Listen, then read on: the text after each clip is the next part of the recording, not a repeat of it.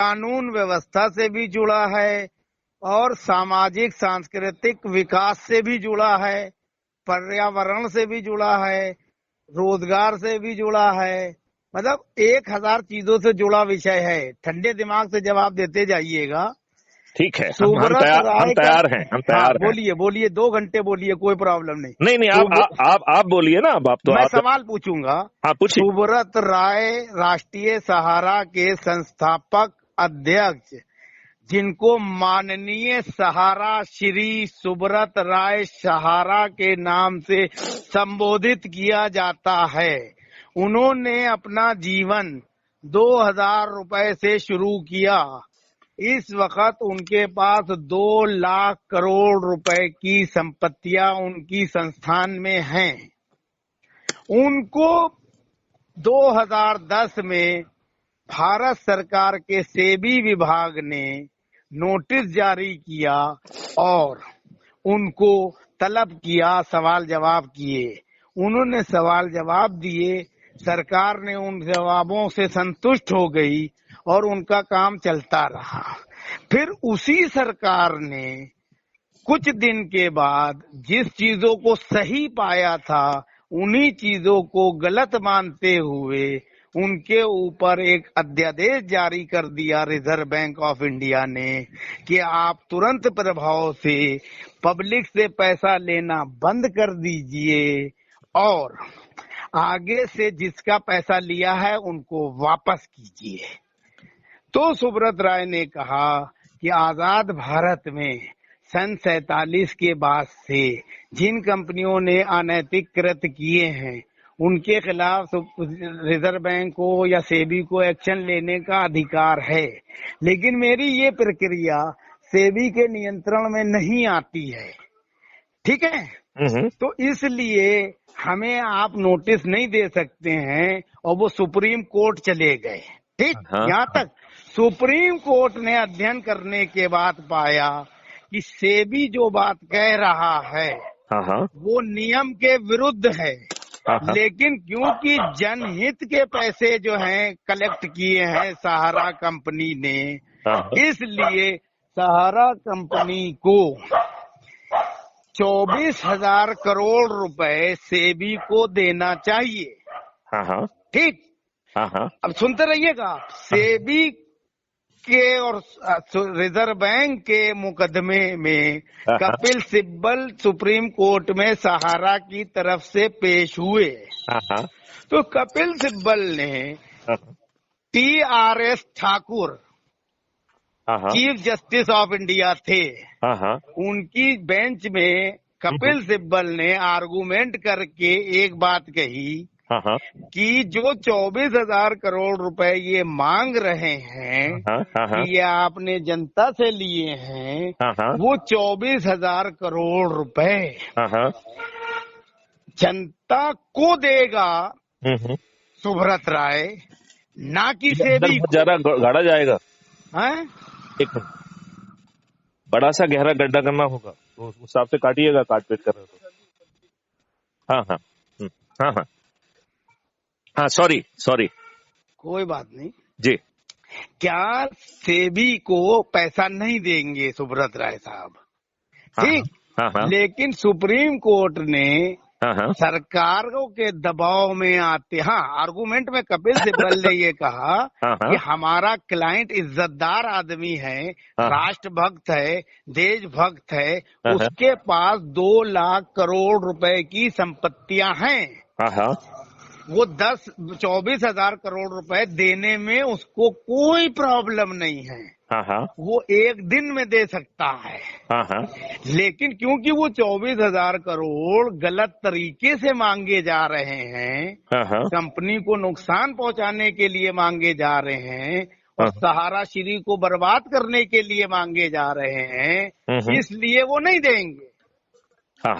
तो उन्होंने ये कहा, TRS ठाकुर साहब ने, जो कि चीफ जस्टिस थे, उन्होंने कहा कि जिस आदमी के पास 2 लाख करोड़ है, वो 10,000 करोड़ रुपए देके अपनी जमानत क्यों नहीं ले लेता है?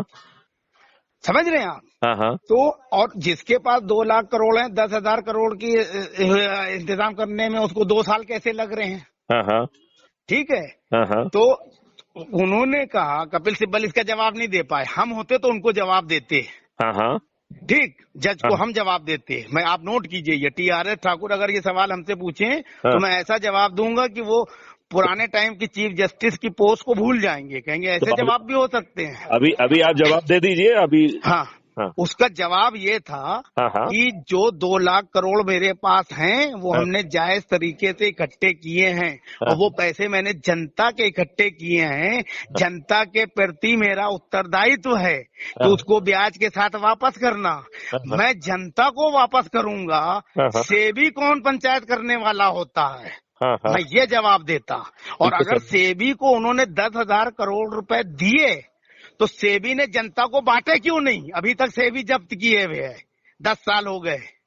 मेरा सवाल आपसे ये है। बिल्कुल सही बात है कि हाँ, नंबर आप वन, सुनते रहिए, मैं कपिल सिब्बल से बड़ा वकील हूँ, सुन लीजिए, वो आप जवाब नहीं दे बिल्कुल, आप पाए। इस बात को बिल्कुल ठीक कह रहे हैं। और हाँ इस बात को अपन, मेरे ख्याल से कि जो उसका सही पॉइंट है, प्रश्न है, उसको आप पूछेंगे तो सुनने वालों को ज्यादा फायदा होगा। हाँ, तो आप सही पॉइंट ये है, मेन पॉइंट पे आ जाइए। हाँ हाँ तो क्या ये माना जाए कि इस भारत देश में सुब्रत राय जैसा, हाँ समझ रहे हैं, हाँ राष्ट्रभक्त आदमी, हाँ ईमानदार आदमी, और आप जैसा आदमी जो हिंदू मुस्लिम सिख ईसाई में भेद ना माने, हाँ, योग्यता को देखे और सच्ची राष्ट्रभक्ति देखे, उसको राजनीतिक द्वंद्व के चलते हाँ। प्रताड़ित किया जाए, सेबी का इस्तेमाल करके, सुप्रीम कोर्ट का इस्तेमाल करके, पुलिस का इस्तेमाल करके, तो क्या ये भारत देश के लिए सही है? मेन सवाल ये है। आगे बोलिए आप। देखिए, इस बात का बहुत छोटा सा जवाब है कि आप गुलाम हैं और व्यवस्था में बैठे दूसरे पाली के जो लोग हैं वो लॉर्ड्स। और हमें यदि ये बात समझ में आ जाएगी कि लॉर्ड्स कमिट्स नो मिस्टेक, तो पूरी बात समझ में आ जाएगी। वो निर्णय लें उनकी मर्जी, निर्णय ना लें उनकी मर्जी, विलंब से निर्णय लें उनकी मर्जी, गलत निर्णय लें उनकी मर्जी, घूस खाकर निर्णय लें उनकी मर्जी। उनके गलत निर्णयों में आपके चप्पलें घिस जाएंगी, हो सकता है कि आपकी पीढ़ियां भी बदल जाएं, आपको न्याय हो सकता ना ही मिले, लेकिन उन लॉर्ड्स जिनके कुकृत्यों के कारण आपकी ये स्थिति बनी हुई है, उनको, उनकी कोई अकाउंटेबिलिटी नहीं है, उनकी सेहत पे कोई असर नहीं पड़ने। ये आपको जवाब कुछ शब्दों में, इसमें बहुत सारे केसेस जो है ना अपने आप कवर हो जाएंगे, क्योंकि यही स्थिति जो है कमोवेश सभी में है कि लॉर्ड्स कमिट्स नो मिस्टेक, और उसमें वो सभी लॉर्ड्स आ जाएंगे, चाहे वो पॉलिटिकल लॉर्ड्स हों, चाहे वो ब्यूरोक्रेटिक लॉर्ड हों, चाहे वो जुडिशियल लॉर्ड्स हों, जो सभी लॉर्ड्स आ गए। जो हैव और हैव नॉट्स की लड़ाई है, तो जो हैव नॉट है वो गुलाम है, जो हैव है वो लॉर्ड है। कोई लीगली लॉर्ड है, कोई जो है पद के कारण लॉर्ड है, कोई धन के कारण लॉर्ड है। तो जो हैव हैं वो लॉर्ड्स हैं, और आप लोग जो है और हम लोग जो है वो गुलाम हैं। यदि हम यह अंतर समझ जाएंगे तो हम व्यवस्था परिवर्तन कर पाएंगे। और हमारा ध्येय जो है चर्चा और परिचर्चा नहीं होना चाहिए। हमारा ध्येय जो है ज्ञान का वितरण भी नहीं होना चाहिए। हमारा ध्येय वह चीजें पैदा करना होना चाहिए जिससे हम अपनी व्यवस्था और बदलाव को जमीन पर उतार सकें। जी, मैं सवाल पूछूं? जी जरूर। मैंने आपसे जो सवाल का इतना लंबा इंट्रो दिया था, उसका मकसद यही था कि हमें मालूम था कि आप इस तरह का आंसर करेंगे जी, इसलिए मैं कैसे काउंटर करूंगा। ना तो मैं सुब्रत राय सहारा का चमचा हूँ, ठीक नहीं। आप देखिए आप इंडिविजुअल केसेस का कहेंगे तो it will require the great deliberation, और उस डेलिबरेशन से भी फायदा नहीं होगा। लेकिन जो हमने उसका अप्रोक्सीमेशन और सम टोटल किया है, इसमें सभी लाखों केस जो ना समाहित हो जाएंगे, जो हमें मालूम है वो और जो हमें नहीं मालूम है वो, क्योंकि ग्राउंड पे सिस्टम ऐसे ही ऑपरेट हो रहा है। अच्छा, और अभी देखो जस्ट और मुझे थोड़ा सा ऐड करने दीजिए।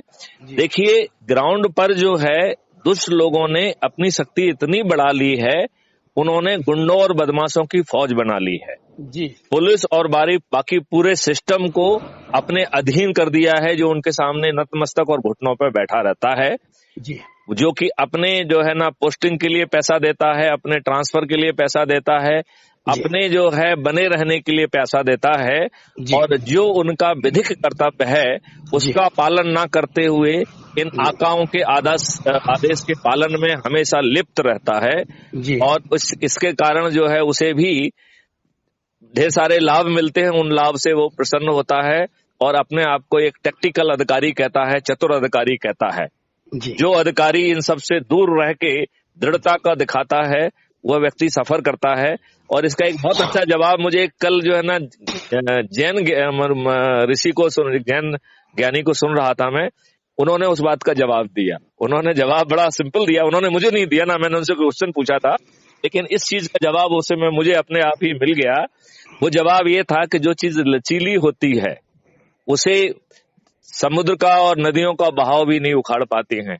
जो पेड़ और बड़े पेड़ जो बहुत तन के खड़े रहते हैं वो जड़ से उखड़ के चले जाते हैं, और वहीं पे उसके बगल में जो घास रहती है जो झुक जाती है, जो कि मुड़ जाती है, जैसे ही नदी का बहाव कम होता है वो फिर से तन के खड़ी हो जाती है।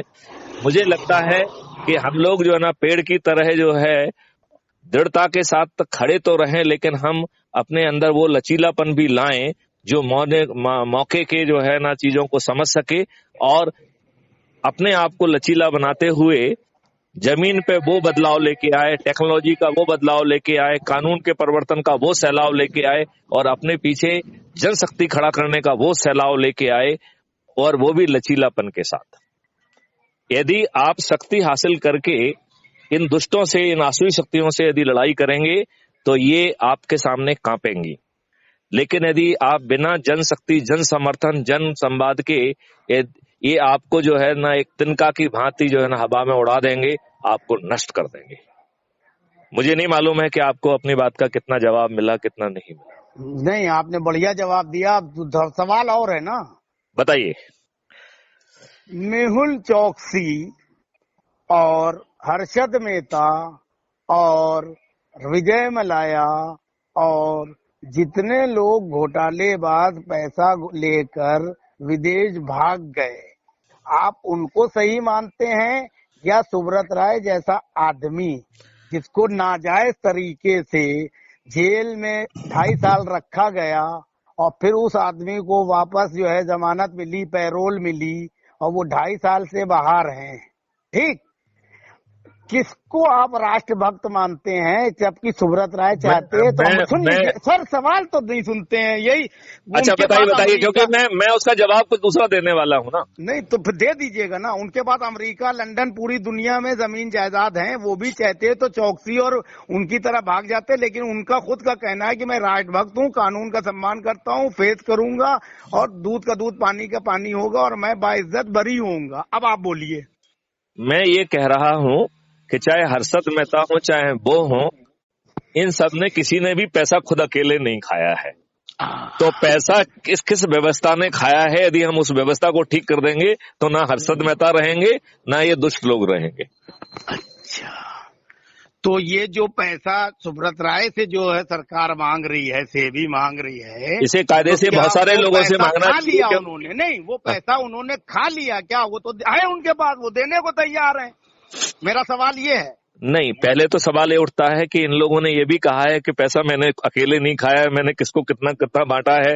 एटलीस्ट कुछ लोग तो कह ही रहे हैं, जैसे नीरव मोदी तो कह ही रहा है एटलीस्ट। नहीं, हम सुब्रत राय का सवाल पूछ रहे हैं, नीरव मोदी भाड़ में जाए, हम सुब्रत राय से क्लेरिफिकेशन आपसे लेना चाह रहे हैं। देखिए, हम जो है एक किसी व्यक्ति विशेष के बारे में बिना व्यक्ति नहीं है, वो संस्था है, वो संस्था है। 10 लाख लोग उसके यहाँ, 12 लाख लोग काम करते हैं। देखिए, उसके खिलाफ एक निर्णय से, सुन लीजिए, 12 लाख परिवार प्रभावित होते हैं। इसलिए बहुत संवेदनशील मुद्दा है कि ऐसे उद्योगपति को आप जो है अन्यथा तरीके से परेशान कर दो जिससे 12 लाख परिवार जुड़े हों, यानी कि कितने करोड़ पेट भरते हों। मेरा सवाल ये है मान्यवर, आपका जो 12 लाख लोगों का जो परिवार जुड़ा है वो महत्वहीन है हमारे लॉर्ड्स के अहम के सामने। तो जो हमारे अहम से टकराएगा वो चूर चूर हो जाएगा। जी, जो मैं अभी कह रहा था कि बिना शक्ति हासिल के यदि आप बहुत चू करेंगे ना तो तिनका के तहत जला दिए जाओगे, तिनका के तहत तुम दिखाई नहीं दोगे, तो इसका विलुप्त हो मतलब जाओगे। सुब्रत राय के खिलाफ जो है गलत उनको उठ रहे थे, इसलिए उनको जो है दबा दिया गया।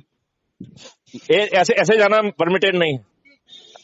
एक चीज हम सब चीज समझ लें कि कहीं पे नजरें, कहीं पे निशाने हैं, और this is valid for all cases.